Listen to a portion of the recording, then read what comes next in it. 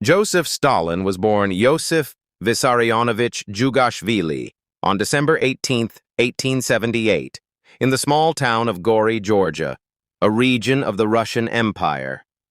His father was a poor shoemaker who was a drunkard who often beat him, while his mother was a devout woman who dreamed of her son becoming a priest. As a young Stalin attended an Orthodox seminary, but there he became interested in revolutionary ideas. He secretly read the writings of Karl Marx, which were banned at the time, and was eventually expelled from the seminary. From here he began his steps into the underground world of the Russian Revolution. In the early 20th century, Stalin joined the Russian Social Democratic Labor Party and sided with the Bolshevik faction led by Vladimir Lenin. During this time, he began to be known as a hardline revolutionary who did not hesitate to use violence. He was involved in bank robberies to fund the revolution, was often arrested, and was exiled to Siberia. In this underground political world, he began using the pseudonym Stalin, meaning man of steel, a name that would become a symbol of power and fear. After the October Revolution of 1917, which overthrew the Tsar and brought the Bolsheviks to power, Stalin began to rise through the ranks of the party. Although not a great orator like Trotsky, Stalin was known as a skilled organizer and adept at building power networks within the party bureaucracy. In 1922, he was appointed General Secretary of the Communist Party, a position that was formally administrative but highly strategic. After Lenin's death in 1924, Stalin began to consolidate his power and marginalize his rivals, including Trotsky, who was eventually exiled and assassinated in Mexico in 1940. In the late 1920s, Stalin launched an ambitious program of industrialization and agricultural collectivization through the 5-year plans. He forced peasants to hand over their land and livestock to state-owned collective farms. The policy was disastrous. Peasant resistance caused chaos in food production, compounded by harsh and inhumane policies.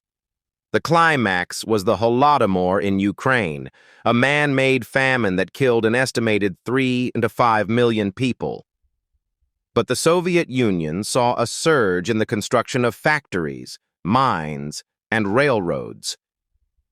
Stalin was revered as the leader who shaped the future of the Soviet Union, while millions suffered or died because of his policies. The 1930s were marked by a dark period known as the Great Purge. Stalin, gripped by extreme political paranoia, launched a campaign of terror to eliminate anyone perceived as a threat. Millions of citizens were arrested by the secret police, NKVD, tried in sham trials, imprisoned, sent to Siberian labor camps, gulags, or summarily executed.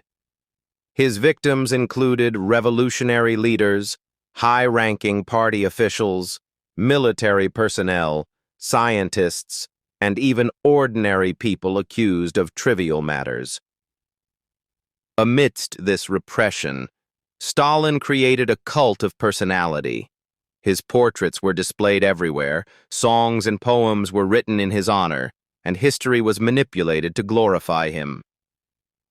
When World War II broke out, Stalin initially signed the Molotov-Ribbentrop Pact with Nazi Germany in 1939 to maintain peace and divide spheres of influence in Eastern Europe.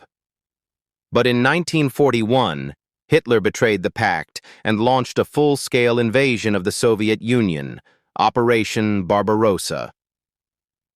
Stalin was initially devastated, but he later recovered and led the war from Moscow.